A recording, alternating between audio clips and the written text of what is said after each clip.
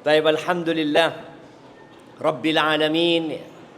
Segala puji bagi Allah Jalla Jalaluh, Tuhan semesta alam. Allah lah pemilik jagat raya ini. Allah lah yang menghidupkan, Allah lah yang mematikan, Allah yang membuat seseorang tertawa, dan Allah juga yang membuat orang itu menangis. Allah yang membuat orang itu bersukaria, dan Allah pula yang membuat orang itu berduka cita. Hanya kepada Allah kita meminta pertolongan. Wabihi nasta'in ala umurid dunya wad din. Semua punya masalah dalam kehidupan ini. Kita bisa tersenyum sekarang, padahal kadangkala hati sedang kecewa. Hati sedang patah gara-gara ya mungkin urusan pekerjaan, urusan keluarga, urusan pendidikan, dan ada aja anak-anak kuliah yang akhirnya bunuh diri gara-gara skripsi tidak selesai. Ada juga anak-anak yang gara-gara dibully sehingga dia berpikir selesai hidup ini sudah.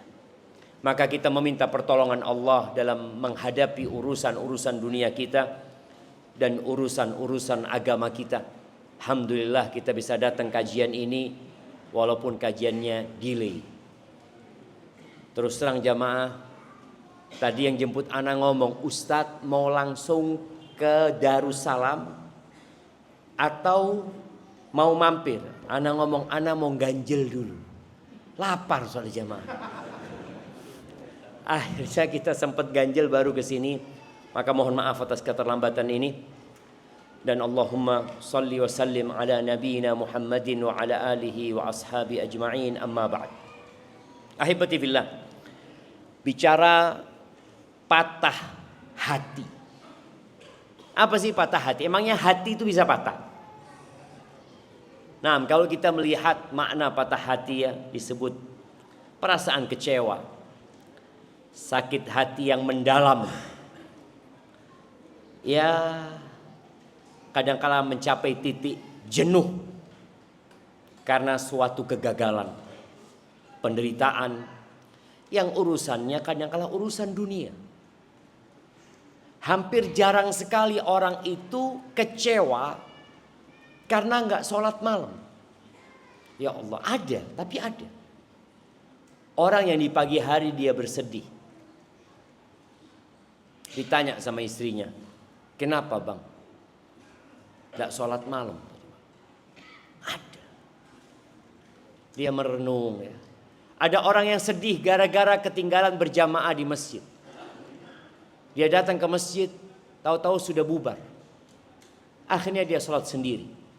Walaupun dia dapat bagian pahala sholat berjamaah itu. Tapi kita tahu pahala berjamaah itu dengan semakin banyaknya orang, semakin banyak pahala yang didapatkan. Tapi ada sebagian yang gak pernah kecewa walaupun selalu masbuk. Bahkan senang kalau masbuk. Alhamdulillah, apalagi sholat subuh, hari Jumat, kalau imamnya baca As-Sajdah sama Al-Insan. Itu panjang-panjang jemaah. Kalau masbuk, alhamdulillah, langsung oleh ruku. Jadi dia tidak kecewa ketika dia kehilangan takbiratul ihram. Ketika dia kehilangan Al-Fatihah. Ketika dia kehilangan surat yang dibaca. Nggak sama pahalanya. Orang yang dari takbiratul ihram dengan orang yang dapat ruku. Tapi sebagian kita biasa aja. Ana punya guru dulu di Madinah, Syekh Abdurrahman Asy-Syudzaifi. Dia mengatakan, kalau aku ketinggalan sholat berjamaah di masjidku, maka aku berangkat ke masjid yang biasanya ada jamaah. Biasanya masjid yang ada jamaah itu masjid yang di rumah sakit, kata dia. Akhirnya dia ke rumah sakit hanya untuk dapat jamaah. Sebagian kita biasa. Maka kita perlu berbincang tentang patah hati karena urusan dunia yang kadangkala terlalu dibesar-besarkan. Sehingga sebagian orang berpendapat, ya, nggak ada kebahagiaan. kalau tidak mendapatkan harta dan tidak mendapatkan apa yang dia cita-citakan. Padahal bahagia itu cukup dengan 3 hal. Siapa yang mau menyebutkan? Tanda-tanda orang bahagia. Antum supaya tahu, ana ini bahagia nggak sekarang ya? Ya. Siapa yang mau jawab? 3. Nah. Bangun pagi. Sehat. Bangun pagi. Kalau bangunnya kesiangan, enggak bahagia dia. Ada yang dimakan dan aman. Masya Allah, nggak apa-apa, kita kasih hadiah. Masya Allah. Anda tidak tahu ini amplop ada isinya apa tidak, tapi kirimkan ke belakang. Nah, Masya Allah. Ya, itu mungkin salah satu ya. Salah satu yang disebutkan Nabi SAW, man kana aminan fi sirbihi. Barang siapa yang merasa aman di tempat tinggalnya, mu'afan fi jasadi, sehat badannya, indahu qutu yaumihi, dia punya yang dia makan hari itu. Yang hari itu. Jadi memang muslim itu kalau punya makanan hari itu alhamdulillah, besok belum tentu anak hidup. Sahih. Faka'annama hizat lahu dunya bihadafiriha. Seakan-akan dunia dan isinya milik dia. Tapi ada 3 tanda orang bahagia, jemaah. Di mana tidak ada hubungannya dengan sehat. Enggak ada hubungannya dengan makan. Tidak ada hubungannya dengan harta. Yang pertama, dia bersyukur ketika mendapatkan nikmat. Bersabar ketika mendapatkan musibah. Yang ketiga, beristighfar ketika berbuat dosa. Mau antum jomblo, gak punya istri, lihat kawannya nikah, ya Allah, fulan nikah, akhirnya semangat dia nikah. Ngelamar sana ditolak, ngelamar sana ditolak. Akhirnya dia patah hati, kalau gitu Ustaz, anak gak akan menikah. Ustaz, loh kenapa? Bahagia itu gak harus dengan menikah.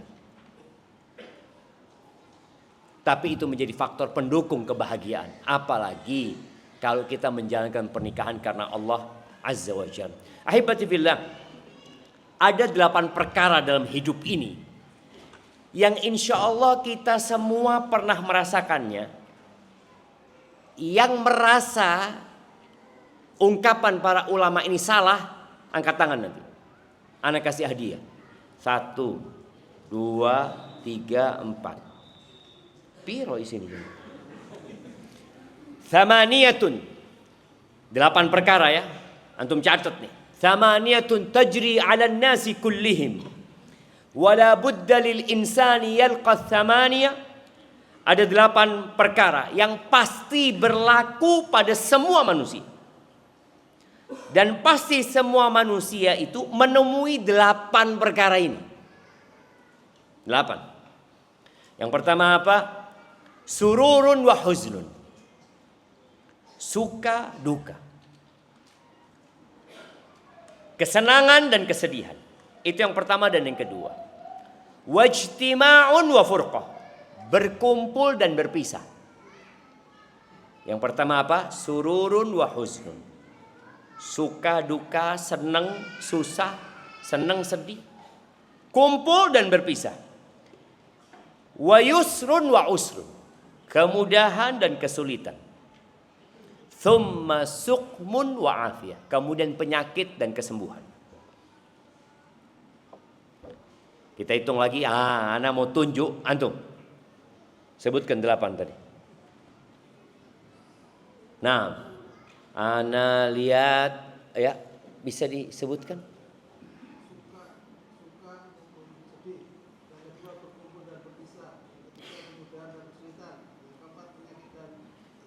Masya Allah, betul, kita kasih hadiahnya. Masya Allah, kirimkan ke beliau. Iya, jadi 8 perkara itu antum ingat-ingat. Sururun wa huznun, suka duka. Tadi senang sama sedih. Kemudian ijtima'un wa furqah, kumpul dan pisah.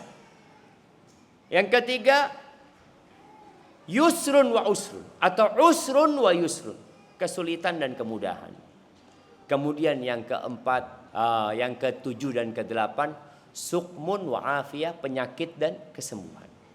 Siapa yang tidak pernah sakit dalam hidup ini? Nah, saya kasih hadiah. Tidak pernah sakit. Oh, Fir'aun, enggak, yang di sini. Ada di sini siapa yang tidak pernah sakit? Oh, Fir'aun mati wes Fir'aun. Iya, jadi memang ada yang menyebutkan bahwasanya Fir'aun itu congkak karena dia tidak pernah sakit, cuma. Padahal waktu kecil mungkin sakit-sakitan juga dia, cuma dia nggak sadar waktu itu. Semua pernah sakit. Tapi perkumpulan dan perpisahan. Kita berkumpul pada waktu TK. Habis gitu lulus TK, buyar. SD kumpul, buyar. SMP, buyar. SMA, buyar. Kuliah, buyar. Kan tetap ada reuni, Ustaz. Iya. Reuni kumpul, mari ngono, bisa. Emangnya habis reuni tidak bisa-bisa? Ya tetap bisa jemaah. Enggak ada, itu sebuah keniscayaan. Suami istri, apa tiap hari kumpul? Di rumah terus loh, enggak kerja mas. Loh harus pisah. Anak, kita kumpul sama anak kita. Berapa banyak orang yang membesarkan anaknya, akhirnya dia harus mengantarkan itu anak ke TK. Allah, anak TK itu kalau diantarkan jamaah, nangis dia jamaah. Ngelihat ibunya kok tega ibu. Loh, diucul ini jamaah. Sambil nangis-nangis kata guru TK-nya, tidak boleh ditunggu. Ibunya nangis, anaknya nangis, bapaknya tidak nangis kalau bapaknya. Tapi itu kehidupan, perkumpulan dan perpisahan. Kemudian kesulitan dan kemudahan. Semua pernah merasakan kesulitan. Tapi jangan bohong kalau antum tidak pernah merasakan kemudahan. Ada. Dan Allah sudah menetapkan fa inna ma'al usri yusra. Maka tatkala seorang hamba tadi patah hati, dia merasakan ya Allah susah, Ustaz, utang tak lunas-lunas susah. Baru di PHK. Istri minta cerai. Mertua ngamuk-ngamuk. Yakin antum, bentar lagi akan ada yusrun. Fa inna ma'al usri yusra. Kemudian kalau bicara sakit, yang sakit ya. Kalau datang ke dokter, apa kata dokter? 3 hari lagi, kalau belum sembuh, kesini. Rata-rata balik ke dokter atau sudah sembuh? Rata-rata sembuh, alhamdulillah. Seperti itu. Ada seorang yang datang ke dokter. Datang ke dokter, ditanya sama dokter. Sakit apa mas? Kata yang sakit, loh, yang dokter saya apa bapak? Saya ini sakit gak tahu. Loh iya maksudnya dokternya ini apa yang dirasakan? Bukan dokternya tanya penyakitnya bapak apa, gak tahu saya kata dia. Dan akhirnya dokter membuat analisa, dikasih obat dan sembuh. Kalaupun gak sembuh, ada orang yang penyakitnya terus dibawa mati. Tapi kemudian penyakit itu akan pergi. Dan ini adalah hakikat kehidupan. Allah subhanahu wa ta'ala di surat Al-Balad ayat 4. Allah mengatakan laqad khalaqnal insana fi kabad. Kami benar-benar telah menciptakan manusia dalam kabad. Kabad itu artinya kesusahan, kepayahan. Sampai disebutkan bagaimana manusia itu akan terus menghadapi masalah dan masalah. Dia akan naik tingkat terus, masalah nggak akan berhenti. Tadi ketika belum nikah kepingin nikah. Apakah setelah menikah urusannya selesai? Mana yang baru nikah 1 bulan? Angkat tangan. 1 bulan. 2 bulan. Oke 2 bulan. Insya Allah. Kasih hadiahnya dulu. Kasihkan hadiahnya. Ana minta maaf nggak hadir waktu antum nikah. Paling nggak. Tapi pertanyaannya, sudah mulai susah apa masih seneng? Oh masih seneng ya, bentar lagi susahnya. Loh, ini sebuah keniscayaan jamaah. Nggak bisa seneng terus gitu, sudah ada. Karena Allah sudah membuat keputusan, laqad khalaqnal insana fi kabad. Susah. Tapi sabar antum. Badai pasti berlalu. Lalang. Iya. Berlalu lalang badai itu, jamaah datang pergi. Seperti itu badai. Dia pergi, nanti datang lagi. Dia pergi dan antum harus sabar. Dan ketahuilah bahwasanya banyak permasalahan rumah tangga yang tidak bisa diselesaikan. Tapi hanya perlu kesabaran. Antum kalau ngelihat ya bapak-bapak yang nikah sudah 30 tahun, 40 tahun. Ya apa Pak? Ya wis ngono Ustaz. Istrinya tetap mengulangi kesalahan 30 tahun yang lalu. Ya wis, bismillah sudah Ustaz, nunggu mati Ustaz. Kadang-kadang seperti, memang seperti itu jemaah hidup ini. Allah Azza wa Jalla mengatakan wa ashiruhunna bil ma'ruf. Pergaulilah istri-istri kalian dengan cara yang patut. Fa in karihtumuhunna, kalau kalian benci, tadi patah hati, dia kecewa dengan beberapa sikap istrinya. Apakah lalu ceraikan istrinya? Enggak, kata Allah. Fa asa an takrahu syai'an wa yaj'alallahu fihi khairan katsir. Boleh jadi yang kalian benci, di situ Allah menjadikan banyak kebaikan. Jadi ada perkara-perkara yang enggak bisa diperbaiki. Memang dia bengkok seperti itu. Apa yang harus dilakukan? Sabar. Ahibati billah, bicara patah hati, manusia ya hampir semuanya pernah merasakan hal itu. Tapi kadarnya berbeda-beda. Karena itu sudah menjadi tabiat manusia, dia sedih, dia menangis. Rasulullah sallallahu alaihi wasallam pernah bersedih ketika ditinggal mati pamannya. Ditinggal mati oleh Khadijah radhiyallahu taala anha. Sampai para sejarawan ketika menyebut tahun 10 kenabian itu dikenal dengan Amul Huzni. Tahun kesedihan. Tahun berduka cita. Nabi SAW akhirnya sering berdiam diri. Beliau keluar berdakwah. Biasanya pulang itu ada istrinya. Nggak ada lagi yang menghibur beliau. Keluar, beliau dilemparin batu, dicekik. Sebelumnya waktu pamannya hidup nggak pernah itu terjadi. Akhirnya beliau berangkat ke Taif, dilemparin batu, sedih siapa? Hati beliau, dada beliau menjadi sesak. Sampai Allah mengatakan walaqad na'lamu annaka yadhiqu sadruka bima yaqulun. Kami benar-benar tahu dadamu menjadi sesak gara-gara omongan orang-orang itu. Dia. Itu hal yang lumrah. Tapi seorang muslim gak boleh tenggelam dalam kesedihannya, dalam patah hatinya. Kadangkala ya calonnya dia ternyata nikah sama orang lain. Kemudian dia gak mau nikah. Saya gak mau nikah Ustaz. Saya tunggu jandanya dia. Loh, dosa untuk menunggu jandanya dia. Mendoakan cerai dia. Enggak. Rasul SAW sedih ketika ditinggal mati putranya Ibrahim. Beliau sampai menangis ya. Ibrahim meninggal itu di tangan Nabi, di pangkuan Rasulullah Sallallahu Alaihi Wasallam. Beliau meneteskan air mata. Sampai Abdurrahman heran, ya Rasulullah, engkau juga menangis ya Rasulullah. Kata Nabi SAW, ya ibn Auf, innaha rahmah. Itu kasih sayang. Lalu Nabi menjelaskan alaihi salatu wassalam, innal aina la tadma. Mata meneteskan air. Wa innal qalba la yahzan. Hati bersedih. Jadi memang tetesan air mata itu bermula dari kesedihan yang ada di hati. Keluar jemaah. Dan subhanallah, memang ya disebutkan oleh para ahli medis yang menyebutkan bahwasanya jantung itu ada hubungannya dengan tetesan air mata. Maka orang tua kalau ngelihat anaknya menangis, jangan disuruh diem. Biarkan dia menangis. Karena itu termasuk melegakan dadanya dia. Kau jangan nangis.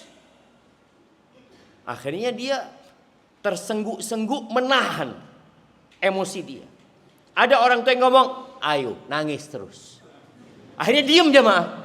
Nangis terus. Ya kita lihat anak-anak ini macam-macam ya. Tapi jelas tadi air mata itu bisa membuat lapang dan maka Nabi alaihissalatu mengatakan air mata meneteskan air, hati bersedih. Wala naqulu illa ma yarda rabbuna. Tapi kita tidak boleh mengucapkan kecuali apa yang diridhai oleh Tuhan kami. Lalu Nabi alaihissalatu mengatakan wa inna bi firaqika ya Ibrahim la mahzunun. Wahai Ibrahim, kami pisah sama engkau ini sedih Ibrahim. Wajar. Tapi tidak boleh tenggelam dalam kesedihan yang membuat orang itu jadi tidak produktif. Setan itu berusaha untuk membuat orang muslim itu bersedih. Innaman najwa minasyaitan liyahzunal ladzina amanu. Orang bisik-bisik itu dari setan. Untuk membuat orang beriman itu jadi sedih. Makanya Nabi alaihissalatu melarang kalau orang duduk bertiga, lalu dua orang ini bisik-bisik. Nggak boleh. Kenapa? Itu membuat patah hati dia. Kenapa ya? Kok dia nggak mau ngajak aku dibisikin juga? Atau ngomong pakai bahasa Arab. Yang ini tidak bisa bahasa Arab. Pelongo-pelongo jemaah, Allahu Akbar. Akhirnya terakhir amin. Amin. Tidak boleh. Itu termasuk dari setan. Karena memang seorang muslim kalau tenggelam dalam kesedihannya, akhirnya jadi tidak produktif. Antum lihatlah seorang yang di PHK. Kemudian dia sedih. Duduk di depan rumahnya. Ngitung sepeda motor. 1, 2. Lama-kelamaan bisa gila dia. Antum ingat ceritanya Majnun Laila? Kenapa dia jadi gila? Karena dia patah hati. Padahal sejatinya Allah akan kasih ganti yang lebih baik. Makanya ketika urusan dunia menimpa antum, seharusnya muslim mengatakan apa? Inna lillah wa inna ilaihi raji'un. Allahumma ajurni fi musibati wa akhlif li khairan minha. Ya Allah, berikan pahala di musibahku ya Allah, dan berikan ganti yang lebih baik dari itu. Dan Allah akan kasih ganti yang lebih baik. Tapi kadang-kadang orang nggak mau pindah dari kesedihan. Bagaimana kalau kita melihat Al-Quran menceritakan balasan yang Allah akan berikan kepada orang-orang yang beriman dan istiqamah. Orang-orang yang bakal masuk surga. Allah menyebutkan la khaufun alaihim wa lahum yahzanun. Tidak ada ketakutan buat mereka dan tidak ada kesedihan. Karena memang orang kalau sudah sedih dan cemas, sedih dengan masa lalu, cemas dengan masa yang akan datang, ada kekhawatiran dia, ya dia sholat pun gak akan khusyuk. Karena dia terus memikirkan kenapa itu terjadi. Oleh karena itu Rasul sallallahu alaihi wasallam menyebutkannya dalam hadis yang diriwayatkan Imam Muslim, al-mu'minul qawi khairun wa ahabbu ila Allah minal mu'minid dhaif. Seorang mukmin yang kuat itu lebih baik dan lebih dicintai Allah daripada mukmin yang lemah. Ini bicara kekuatan iman, kekuatan tekad sebelum kekuatan fisik, sebelum kekuatan harta, ekonomi. Yang pertama adalah kekuatan iman. Karena kalau kuat fisiknya tapi imannya lemah, mungkin dia akan gunakan fisiknya untuk menzalimin orang lain. Kalau kuat ekonominya, lemah imannya, boleh jadi dia juga akan menggunakan nikmat tersebut untuk berbuat dosa dan kemaksiatan. Jadi kekuatan yang paling utama adalah kekuatan iman. Lalu kata Nabi SAW, wa fi kullin khair. Dan di setiap orang beriman ada kebaikan. Orang mukmin pokoknya mukmin, insyaallah ada kebaikan. Ihris ala ma yanfa'uka. Wasta'in billah wa la ta'jaz. Kata Nabi SAW, engkau bersemangatlah untuk meraih apa saja yang bermanfaat buat diri. Kalau harta bermanfaat, harta itu bermanfaat nggak jemaah? Semangatlah cari harta, tapi buat akhirat, baru bermanfaat. Kalau engkau cari harta buat dunia, nggak ada manfaatnya. Engkau akan tinggal semuanya. Ambisinya harus akhirat. Baik, menikah bermanfaat apa tidak? Oh, bermanfaat, Ustaz. Menjaga pandangan mata, menjaga kemaluan, bismillah. Menikah. Jangan meninggalkan pernikahan karena mau fokus ibadah. Pernikahan itu bermanfaat. Kemudian bekerja bermanfaat. Oh, bermanfaat, Ustaz. Olahraga bermanfaat. Bermanfaat. Apa saja yang bermanfaat kerjakan, kata Nabi SAW. Lalu kata beliau, wala wasta'in billah. Minta tolonglah kepada Allah. Jadi dalam semua kegiatan kita, ketika kita mau kerja, kita mau nikah, kita mau usaha, kita kepingin punya anak, tolong minta tolong sama Allah Subhanahu wa taala. Selalu kita memohon pertolongan Allah Subhanahu wa taala. Karena tanpa bantuan Allah nggak akan selesai urusan itu. Wala ta'jaz. Mukmin itu nggak boleh jadi orang yang lemah. Lemah, kadang-kala kalau disuruh-suruh, aduh nggak bisa saya. Mau ini nggak bisa. Anak ingat dengan teman di Surabaya sini. Dia punya usaha di aplikasi accounting ya kalau nggak salah. Dia kadang-kala nyuruh anak buahnya, engkau kerjakan ini dan ini, dikasih arahan untuk mengerjakan itu. Lalu anak buah ini mengatakan, nggak bisa saya, kamu dipecat hari ini. Dan mukmin nggak boleh ngomong nggak bisa. Ngomong bismillah, saya usahakan. Insya Allah saya lanjutkan. Saya akan usaha. Kalau mentok baru mengatakan saya sudah usaha tapi gagal. Jangan mengatakan nggak bisa.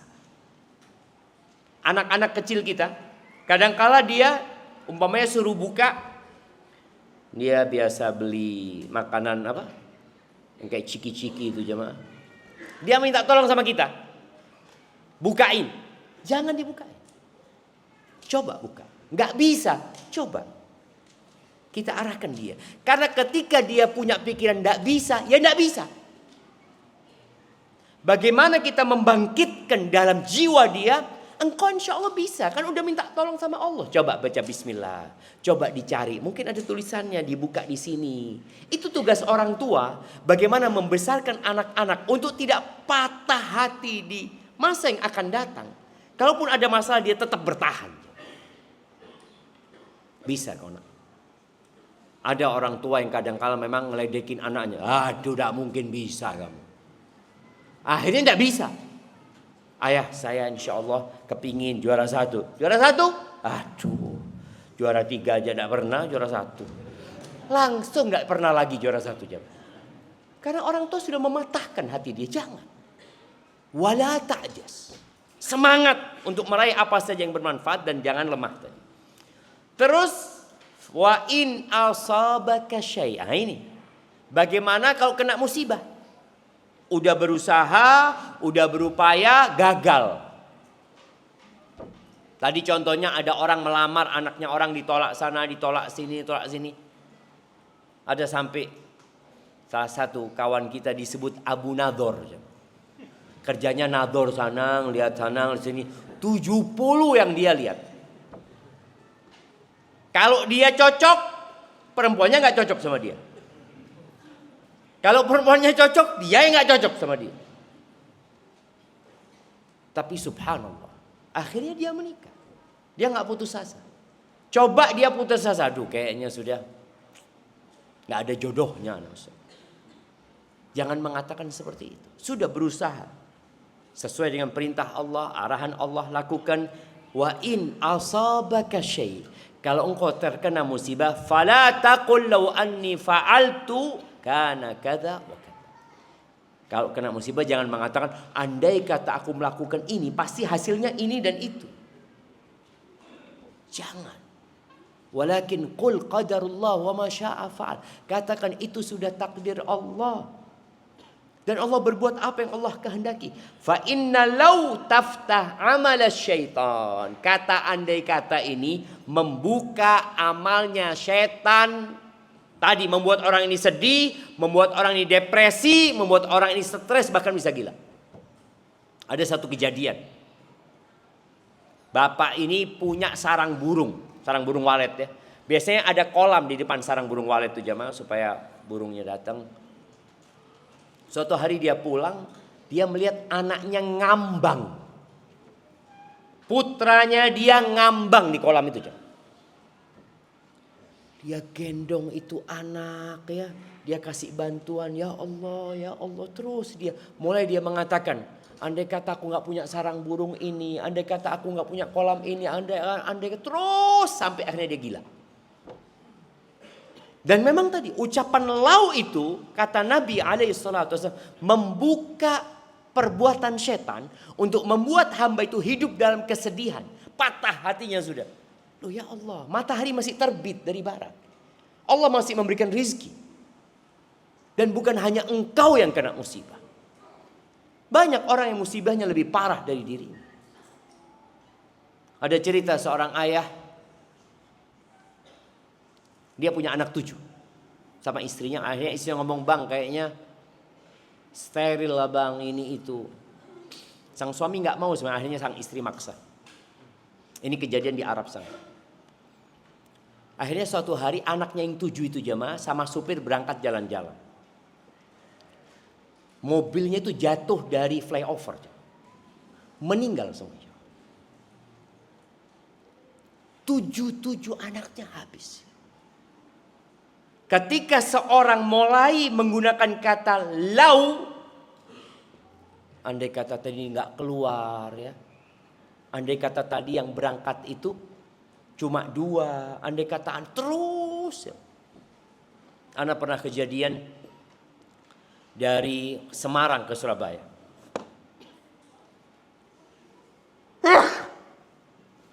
Alhamdulillah. Yahdikumullah yuslih balak. Naik ATR jam. Naik wing waktu itu. Di tengah jalan keluar asap. Dari pesawat tuh jam. Keluar sampai gelap jam. Pramugarinya tegang waktu itu. Dan diumumkan kita akan balik. Pesawatnya itu jam. Ana waktu itu bersama 5 anak ana dan sama istri ana. Ana ngomong, ya Allah, alhamdulillah ya Allah, anak ana ada 1 yang gak ikut. Ana kalau memang harus meninggal, paling gak ada bin Syafiq 1 yang akan mendoakan orang tuanya. Dia mau ngomong apa gitu. Tapi ternyata pesawatnya bisa landing. Artinya tadi, kita akan menghadapi masalah-masalah yang membuat kita patah hati. Tapi tatkala kita yakin bahwasanya itulah hakikat kehidupan, kita akan tenang. Di surat Al-An'am ayat 82, Allah menyebutkan tentang hubungan antara rasa aman dengan keimanan. Allah mengatakan alladzina amanu wa lam yalbisu imanahum bidzulmin ulaika lahumul amn wa hum muhtadun. Orang-orang yang beriman dan tidak mencampur keimanannya dengan kezaliman. Puncak kezaliman itu kesyirikan. Maka orang yang berbuat syirik itu hidupnya tidak akan tenang. Walaupun berlimpah ruah hartanya. Kemudian di bawah kezaliman ya dosa-dosa besar, ya dosa-dosa yang lainnya. Sesuai dengan kesempurnaan iman kita, maka seperti itu pula keamanan yang akan kita rasakan. Jadi kalau orang itu imannya kuat, maka rasa amannya akan Allah sempurnakan buat dia. Allah katakan ulaika lahumul amnu wa hum muhtadun. Mereka adalah orang-orang yang mendapatkan keamanan dan mereka adalah orang-orang yang mendapatkan petunjuk. Jadi ahibati billah, yang perlu kita lakukan dalam menghadapi hal-hal yang membuat patah hati kita, yang pertama adalah beriman dengan takdir Allah Azza wa Jalla. Ketika terkena musibah yang tidak kita sukai, yang membuat hati kita patah, maka ingat, sebelum antum lahir itu sudah ditetapkan. 50.000 tahun sebelum penciptaan langit dan bumi, ini sudah ditakdirkan. Iya. Dan dengan sudah lewat, alhamdulillah, musibahnya sudah selesai.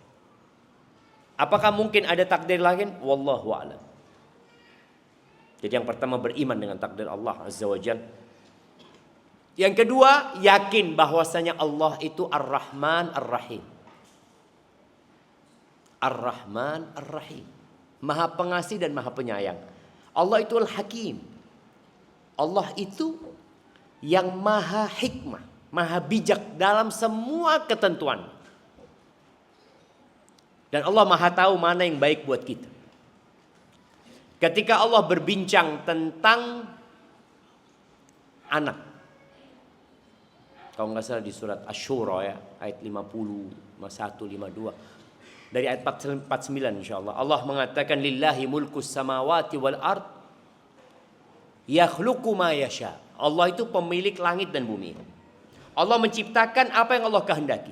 Yahabu liman yasha'u inathan wa yahabu liman yasha'u dzukur au yuzawwijuhum dzukranan wa inatha wa yaj'alu man yasha'u aqima. Sebagian orang Allah kasih anak, semuanya laki-laki. Semua anaknya laki.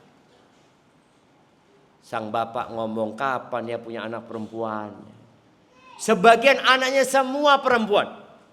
Siapa yang anaknya semua perempuan? Angkat tangan.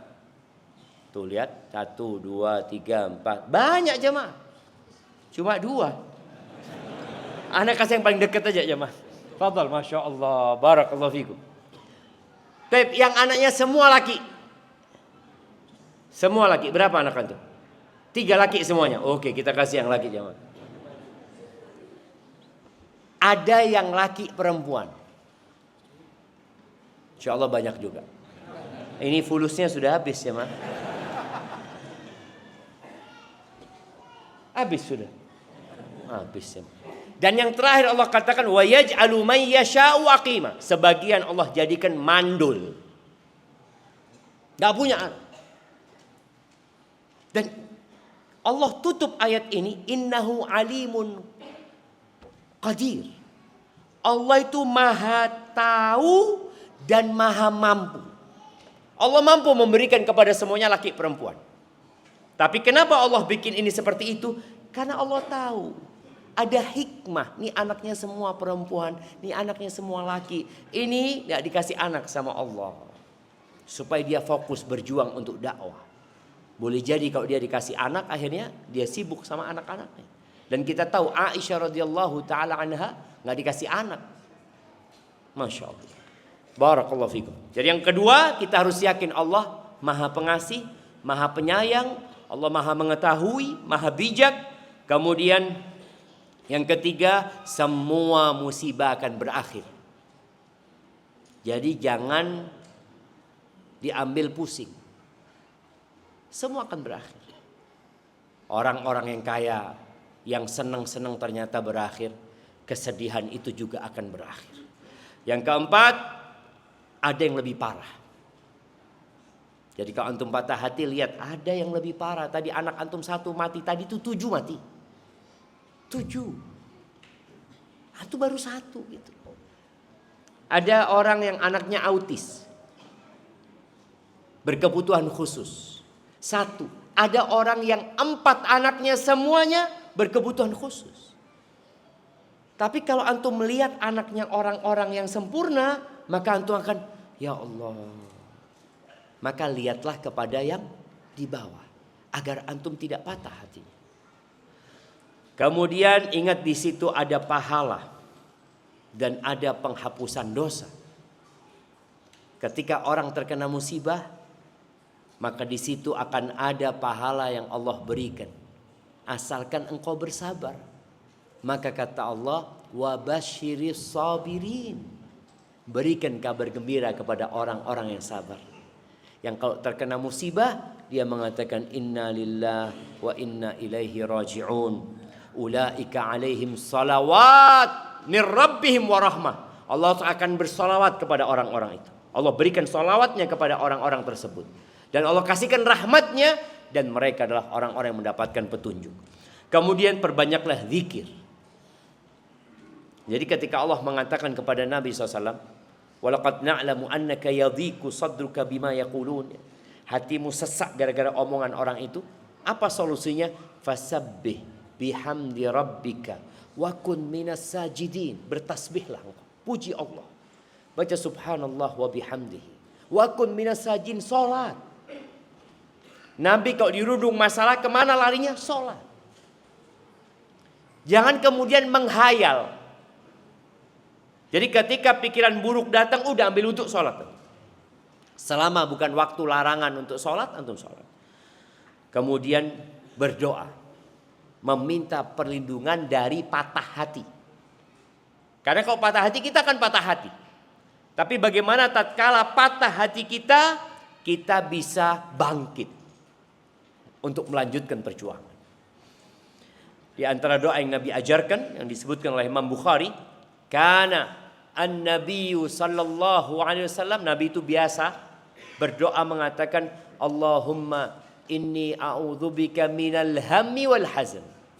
Ya Allah, aku berlindung kepadamu dari kecemasan dan kesedihan. Cemas itu, galau itu biasanya untuk yang akan datang, dan kesedihan untuk yang masa lalu. Wal ajzi wal kasal, dan aku minta perlindungan dari malas, dari ketidakmampuan dan ketidakmauan. Ada orang mampu tapi nggak mau, ada orang mau tapi nggak mampu. Kita berlindung dari dua-duanya. Datang lagi jamaah. Ternyata ada keran di belakang. Wal jubni wal bukhl, berlindung dari sifat pengecut. Orang kalau pengecut itu jamaah, hatinya sesak.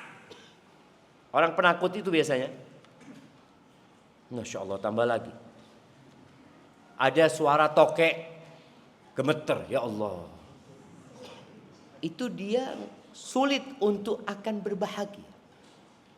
Maka berlindung kepada Allah dari sifat pengecut dan dari bakhil. Orang bakhil itu sempit dadanya. Tapi orang kalau suka bersedekah, tambah lapang dadanya. Kemudian wadhala'id dain wa ghalabatir rijal, aku berlindung dari terhimpit hutang atau terlilit hutang dan dari dikalahkan oleh debt collector itu. Nah, orang-orang yang nagih hutang itu, jangan sampai aku dikalahkan sama laki-laki itu. Iya. Karena ada orang yang akhirnya maksa gara-gara kita terhimpit hutang. Sebagian orang harus hidup di penjara. Na'udzubillah min dzalik. Baik, itu doanya yang pertama. Doa yang kedua, doa ini subhanallah, ketika Nabi mengajarkan doa ini kepada para sahabatnya, sahabat mengatakan, ya Rasulullah, alaika salatu wassalam ya Rasulullah, yanbaghi lana an nata'allam hadhil kalimat, apakah kita harus mempelajari, menghafal doa-doa ini? Ajal. Kata Nabi, iya. Yanbaghi liman sami'ahunna, sepantasnya bagi orang yang dengar doa ini, ayyata'allamahun, hendaklah mereka mempelajarinya. Ya, dengan menghafal atau dengan membaca. Apa doanya? Coba anak akan baca dengan doa ini.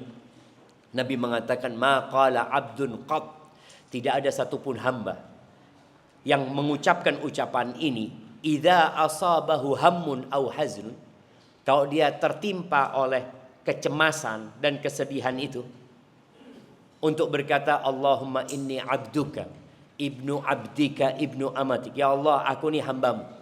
Bapakku juga hambamu. Ibuku juga hambamu, ya Allah. Nasiyati biyadik, ubun-ubunku ini ada di tanganmu. Madin fiyya hukmuk, keputusanmu itulah yang berlaku atas diriku. Adlun fiyya qada'uk, semua ketentuanmu adil, ya Allah. As'aluka bikulli ismin huwalak, aku berdoa memohon kepadamu dengan semua nama yang engkau miliki. Samaita bihi nafsak, yang engkau namakan dirimu dengan nama tersebut. Au anzaltahu fi kitabika, atau nama itu engkau turunkan dalam kitabmu. Au 'allamtahu ahadan min khalqika, atau engkau ajarkan nama itu kepada salah satu dari hambamu. Au ista'tharta bihi fi ilmil ghaibi 'indak, atau nama itu engkau simpan untuk dirimu sendiri, ya Allah, dalam ilmu ghaibmu. Antaj'alal Qur'ana rabi'a qalbi, aku minta ya Allah, jadikan Quran itu sebagai musim semi untuk hatiku. Rabi'a qalbi wa nura sadri, dan cahaya untuk dadaku. Kita tahu di dalam dada itu ada jantung. Yang diminta ini bagaimana seperti musim semi untuk jantungnya dan cahaya untuk dadanya. Wajilaa huzni wa dhahaba hammi. Dan sebagai pengusir dari kesedihanku dan penghilang untuk kegundahanku. Siapa yang baca doa ini, niscaya Allah akan hilangkan kesedihannya, kegundahannya, dan akan diganti dengan kesenangan dan kesukaan. Maka tolong dihafal. Nanti anak kirim ke panitia supaya dikirimkan kepada antum semuanya. Tapi jamaah, itu yang dapat Anda sampaikan. Ini sudah banyak pertanyaan yang masuk kemari. Bismillah.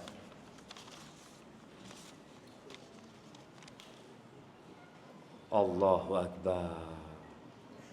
Berat pertanyaannya ini jamaah. Anda minum dulu ya. Bismillah.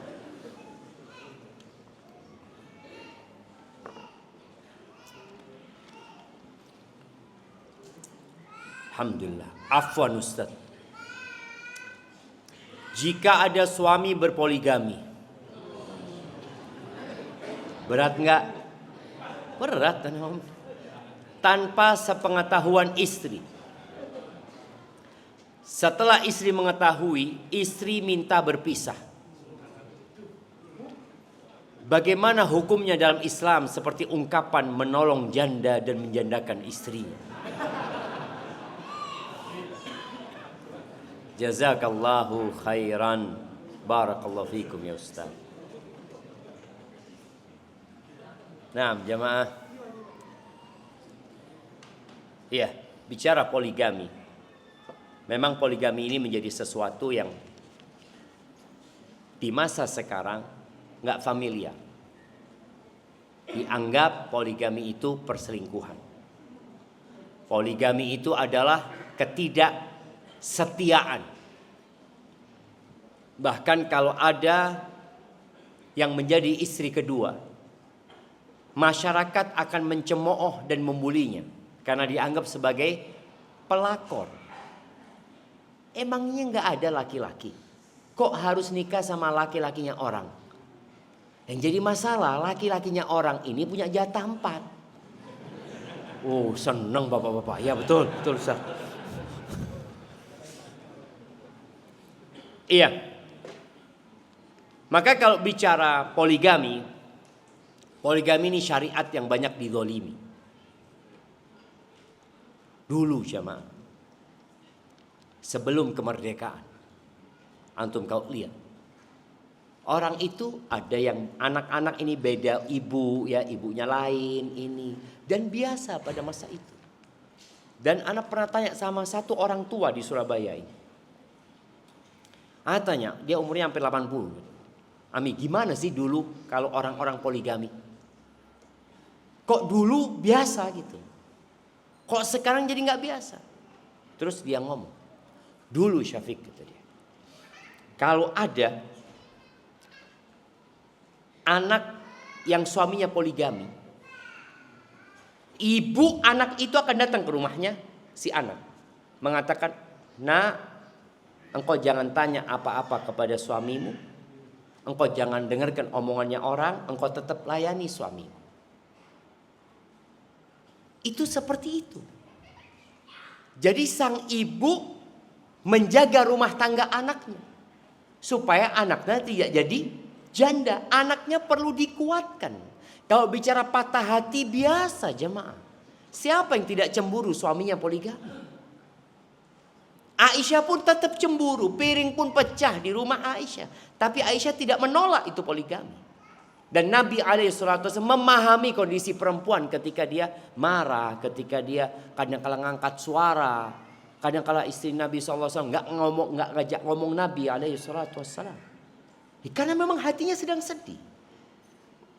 Maka dikuatkan. Sekarang kalau ada suami yang poligami, maka mertua akan datang kepada anaknya. Nah, kau masih cantik dan muda, gugat cerai. Loh iya, disuruh pegatan jemaah, disuruh cerai. Dia lupa bahwasanya suami ini kalau poligaminya sehat jemaah ya. Ya, karena ada yang poligaminya nggak benar juga. Tapi kalau poligaminya sehat, artinya seorang laki-laki memiliki kemampuan. Bukan hanya secara finansial. Kalau kemampuan secara finansial banyak. Sekarang ini ada kemampuan yang sangat dibutuhkan. Adalah kemampuan memanage konflik dalam rumah tangga itu. Memahami tabiat dan karakter istri. Karena ada laki-laki yang tidak memahami. Dia datang ke ana, dia ngomong, Ustaz, ana ketahuan nikah lagi Ustaz. Istri ana minta cerai Ustaz. Ya apa Ustaz ya? Apa ana ceraikan aja Ustaz? Loh, ana ngomong. Dia itu minta cerai, sejatinya dia sedang minta perhatian lebih kepadamu. Dan ada banyak setan-setan di luar yang membuat hatinya semakin patah. Datang kepada dia. Loh, saya kalau jadi kamu, enggak mau saya. Waduh, ini ngompori untuk berpisah jemaah. Apa senangnya? Walaupun engkau banyak duitnya. Kalau suamimu nikah lagi. Aku alhamdulillah suamiku tidak nikah lagi. Walaupun miskin. Jadi dikompori bagaimana dia berontak kepada suami. Maka tugas seorang istri, yang pertama tadi suami harus bisa memanage konflik ya. Dia kalau bicara tadi istrinya mungkin marah, istrinya gugat cerai ya, kondisinya kadang-kala mertua juga minta supaya menantunya ini menceraikan istri keduanya dan macam-macam ya, yang membuat hidupnya menderita. Engkau harus siap dengan penderitaan itu. Karena engkau sedang mengundang badai. Tapi ingat, badai pasti berlalu jemaah. Nanti datang lagi, tapi yang jelas dia berlalu gitu. Maka tadi kalau suami nggak mampu sabar, nggak mampu memuliakan istrinya, memberikan perhatian lebih kepada yang pertama, wajar jemaah. Dan ada juga istri-istri kedua yang naudzubillah, syaitan. Ada. Dikomporin bagaimana suaminya cerai sama yang pertama. Ada. Dan kita tahu keinginan syaitan apa? Memisahkan orang ini. Loh, anti ini numpang. Itu suami naik sampan ya sama istrinya, lalu diikat sampannya, anti ikut. Sampai ada orang Arab mengatakan, peribahasa Arab mengatakan, ya gharib kun adib. Wahai orang asing, tolong jaga adabmu. Iya. Maka kondisi istri pertama marah-marah wajar. Kenapa anak katakan wajar? Lingkungannya nggak mendukung. Kalau di masa Rasul SAW atau masa sebelum kemerdekaan, loh ini istrinya 2, ini istrinya 3, ini istrinya 4. Jadi ketika ada nikah lagi, loh lawang saya ini Ustaz adalah anak dari istri keempat. Jadi wajar gitu loh. Ibu kita Kartini istri keberapa? Anak kasih hadiah. Yang bisa jawab.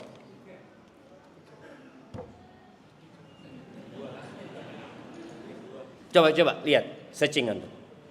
Google. Yang Anda tahu istri keempat jemaah. Iya. Coba dilihat. Takut salah ini live ini. Nah, sampai. Hah? Coba lihat, udah lihat. Lu lihat, pastikan dulu. Iya, siapa yang dapat? Yang dapat pertama Anda kasih hadiah. Ayo jemaah. Istri keempat, kasih hadiahnya. Istri keempat. Itu pahlawan nasional. Istri keempat. Ibu-ibu mau jadi pahlawan nasional?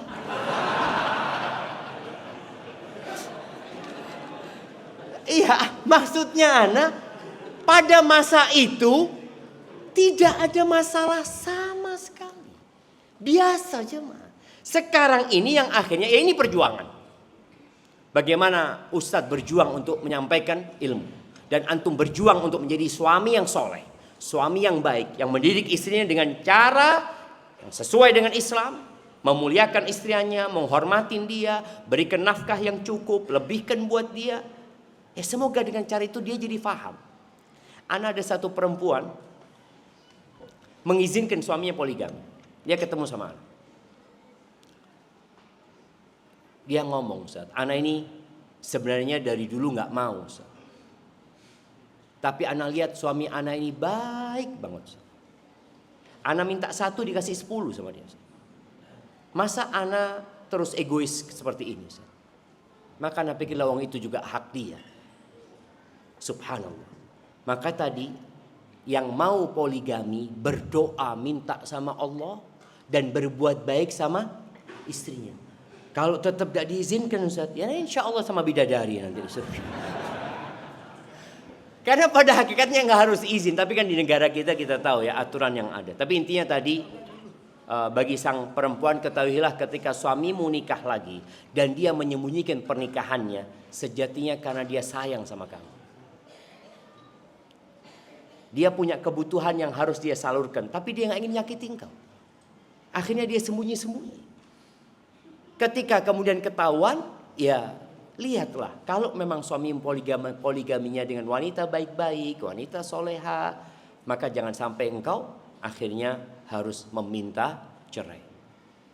Jadi istilah menikahi janda menjandakan istri kadang-kala kurang tepat, jemaah.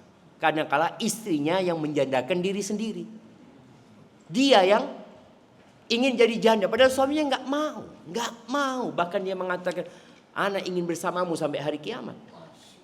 Hari kiamat, Bang, dekat sudah kiamat ini.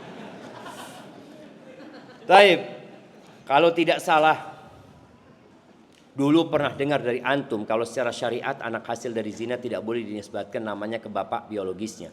Jadi harus dinisbatkan ke ibunya. Jadi apakah boleh bapak biologisnya menjadi wali bagi anak perempuan hasil zina ketika akan menikah? Apakah pernikahan sah secara hukum dan syariat? Namun beberapa waktu lalu ana juga mendengar ada Ustadz Sunnah yang berpendapat bahwa anak hasil zina itu boleh dinisbatkan namanya ke bapak biologisnya berdasarkan dalil kasus Jurej. Mohon pencerahannya. Iya, ahibati fillah. Jumhur ulama dari 4 madhab berpendapat bahwasanya anak hasil zina itu dinisbatkan kepada ibunya. Karena Nabi SAW mengatakan al-waladu lil firash. Anak itu ikut yang punya ranjang. Walil ahilil hajar. Jadi kalau sang perempuan ini punya suami, jadi anak hasil zina itu ikut suaminya perempuan ini. Bukan ikut bapak biologisnya. Kalau perempuan ini punya suami dan sang suami tidak melakukan li'an, tidak menafikan itu dari anaknya dia. Adapun ketika nggak ada pernikahan, maka anak itu anak hasil zina. Makanya ketika seorang wanita datang kepada Nabi SAW mengatakan, "Ya Rasulullah, inni hubla minaz zina." Aku hamil dari hasil zina. Nggak dicari bapaknya. Ya sudah dinasabkan kepada ibunya. Kalau dikatakan ada sebagian yang berpendapat anak hasil zina itu boleh dinasabkan kepada bapak biologisnya, ya memang ada pendapat itu. Kalau nggak salah itu juga pendapatnya Syekhul Islam Ibn Taimiyah rahimahullahu taala.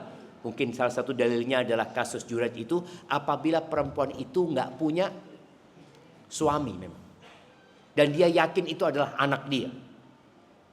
Tapi di Indonesia tetap yang diambil adalah madhab jumhur ulama. Dalam madhab Syafi'i juga nggak bisa. Jadi kalau antum ke pengadilan, maka anak itu nggak bisa dinikahkan oleh bapak biologisnya. Siapa yang menikahkan? Hakim. Walinya wali hakim. Seperti itu. Hadza wallahu a'lam bishawab. Ana barusan tobat dari harta haram, yaitu harta gulul.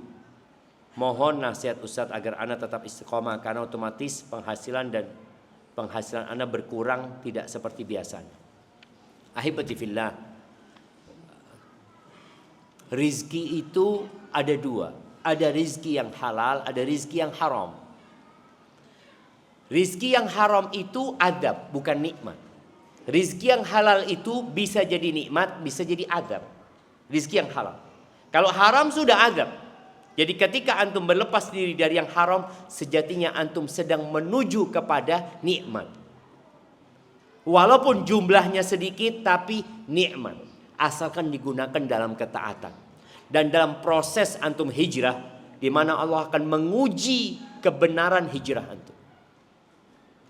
Karena ada orang-orang yang kata Allah, wa minan nasi may ya'budullah ala harf. Ada orang yang menyembah Allah itu di pinggiran, jemaah.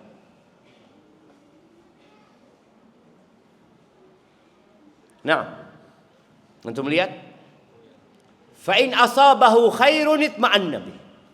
Kalau dia dapat harta, dapat kenikmatan, panennya sukses, dia mengatakan, oh berarti hijrah anak ini benar. Berarti agama ini benar. Buktinya apa? Hartaku semakin banyak. Wa in asabathu fitnah.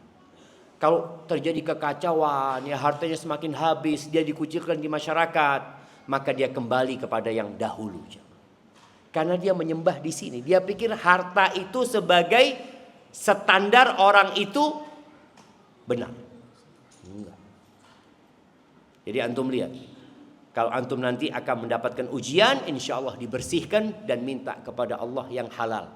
Dan dalam proses itu cari kawan-kawan yang baik. Apalagi kawan-kawan yang punya pengalaman juga seperti antum. Semoga dengan itu antum akan lebih kuat lagi menghadapi urusan ekonomi.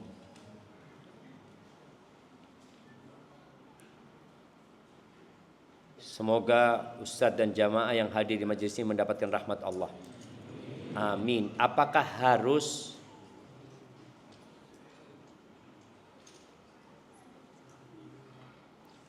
kok nggak bisa baca ini jamaah? Apakah harus? Aduh, siapa yang mau baca ini? Coba.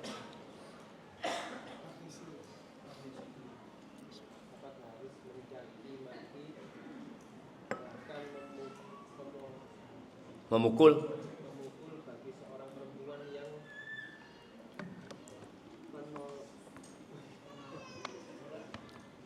menolak lamaran dari seorang laki-laki karena tidak menerima kondisi fisik yang kurang sempurna, tapi ada kemampuan untuk membahagiakan seorang perempuan. Apakah harus mencaci maki, bahkan memukul bagi seorang perempuan yang menolak lamaran dari seorang laki-laki karena tidak menerima kondisi fisik yang kurang sempurna, tetapi ada kemampuan untuk membahagiakan seorang perempuan? Iya, ini pertanyaan apakah coba sini. Ya, apakah harus mencaci maki bahkan memukul bagi seorang perempuan yang menolak lamaran dari seorang laki-laki karena tidak menerima kondisi fisik yang kurang sempurna? Ahibati fillah, yang pertama, perempuan itu punya hak menolak. Jadi ketika antum ditolak, alhamdulillah ada 1000 wanita lain menunggu antum. Jadi mati satu tumbuh 1000. Maka jangan fokus sama perempuan ini. Ya udah, dia menolak antum. Antum mungkin mengatakan, Ustadz, ana ini orang soleh. Ustadz, orang soleh, kalau orang soleh nggak akan marah ketika ditolak. Antum berarti belum soleh gitu loh. Maka tolong terimalah takdir Allah dan carilah perempuan yang lain. Dan boleh jadi Allah kasih ganti yang lebih baik daripada perempuan itu. Barakallahu fiik, itu yang dapat ana sampaikan jamaah. Subhanakallahumma bihamdika asyhadu an la ilaha illa anta astaghfiruka wa atubu ilaik. Wassalamualaikum warahmatullahi wabarakatuh.